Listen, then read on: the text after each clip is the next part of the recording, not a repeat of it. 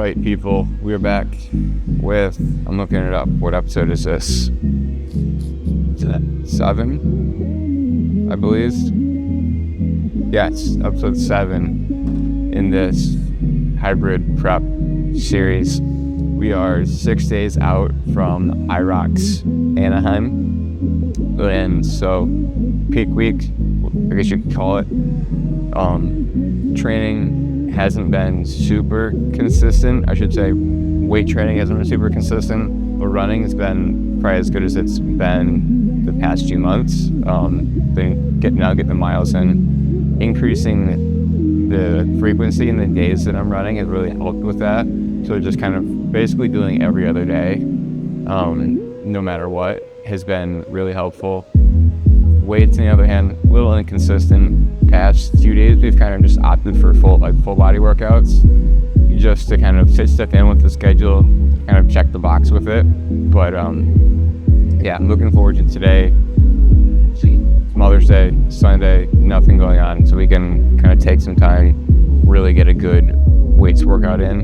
We're gonna mix in a little bit of like Hyrox conditioning, sort of, so some wall balls, lunges and whatnot, but we'll toss the full workout up on the screen here if you want to screenshot to follow along. I'm not really following a program right now. It's kind of just been like freestyling it a little bit, just kind of having an idea of what I want to do going in, but nothing super set and like week to week doing the same thing. So this is today's workout, mostly upper body, a little bit of the Hyrox conditioning. And then later today, this afternoon, I'm going to be going for a run. Not entirely sure mileage. I'm thinking I want to try and go longer. So I would say like 8+ for an easy run. But we'll see how we feel after this workout. And yeah, we're going to jump into it. A little bit of a warm up. And then get a nice upper body pump. So let's get to it. So, warm up. One of my favorite things to do, just to kind of work out some kinks, just kind of get moving a little bit, is this. I don't even know what to call it really.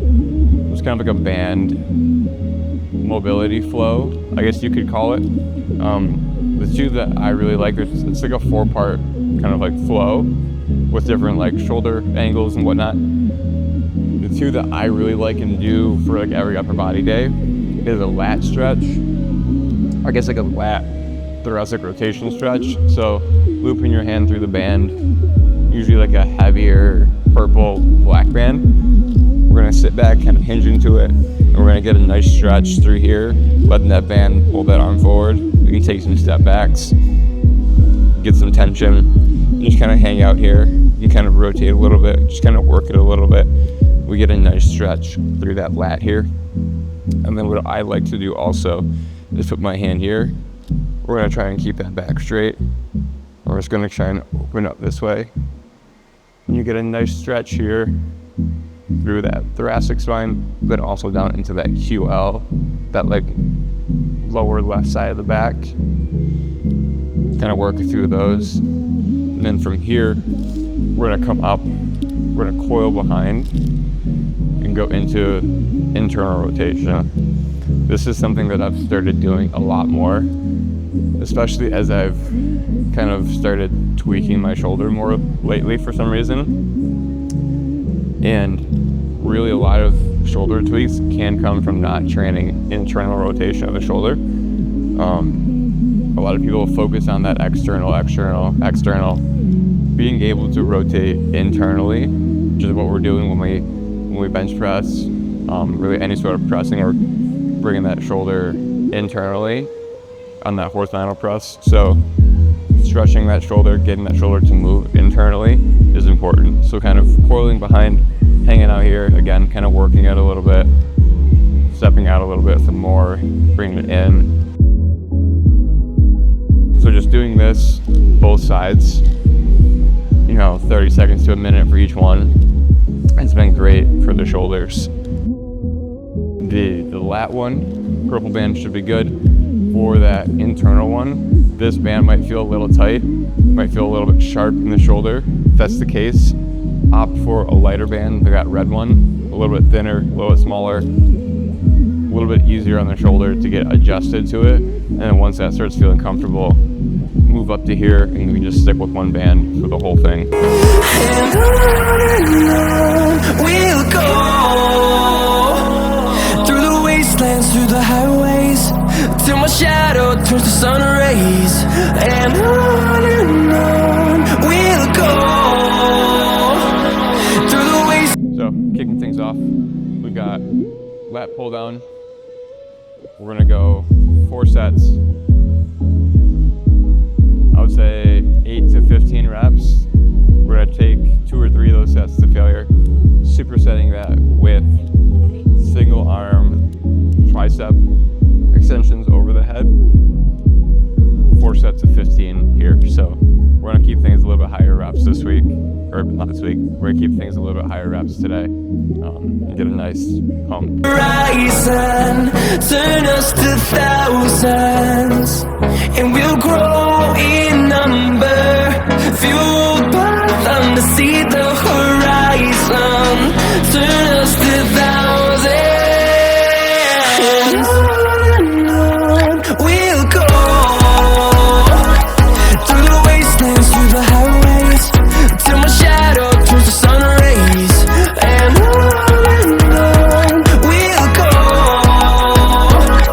through the wastelands, through the highways, and on we'll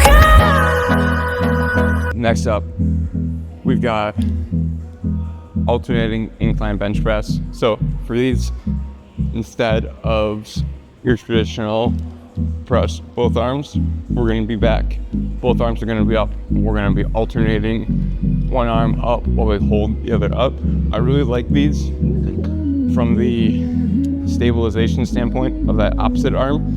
I also feel like it helps you really focus on one side at a time, pressing and like finishing through to target those upper fibers. So I really like this variation. We're really supersetting these with alternating dumbbell curls. We're going to be standing for the curls, but one arm at a time again. We will be going 4 sets here as well, working 6 to 8 reps each arm on the presses. I'm going to say 8 to 10 reps each arm on the curls.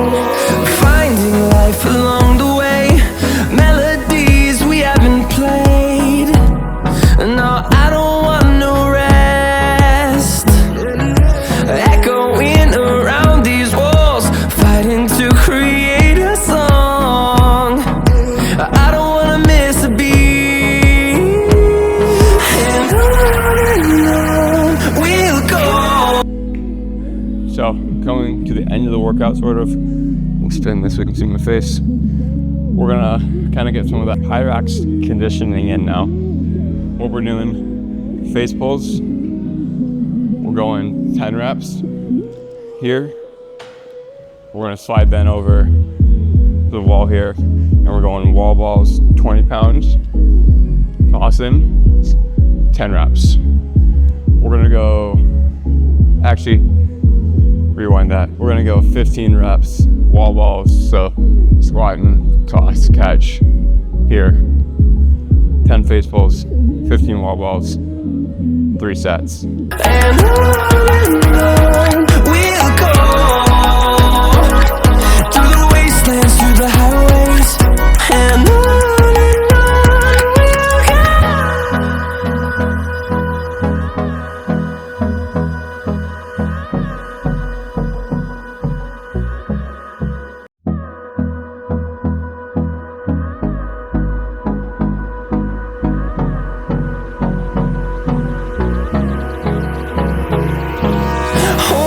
Close till I get up, time is barely on our side. So wrapping things up, we're gonna get some sled work and farmer carries in. Loaded the sled up heavy.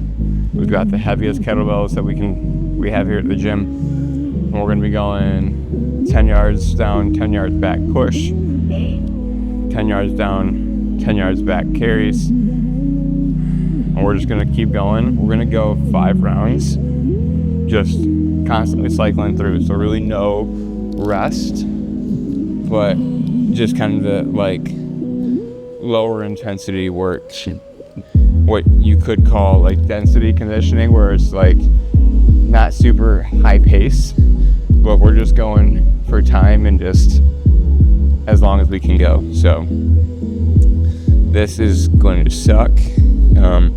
I've been slacking on sled work the past few weeks, and so we need to get back into it this week just to kind of get acclimated again to it. I know last race, that was surprisingly one of my weak points, just because it felt way heavier than I thought it was going to. So we gotta at least get used to it again a little bit. All right, so I'm gonna pull the whoop out just to keep track of that heart rate. Here we go. And on we'll go, through the wastelands, through the highways, and on we'll go.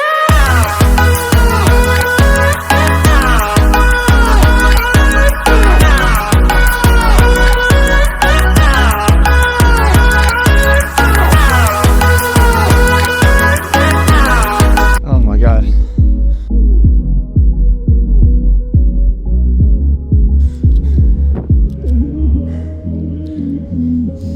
So that is a fun one to go back and watch the leg day that I did. It's the most recent video. We finished there with a finisher.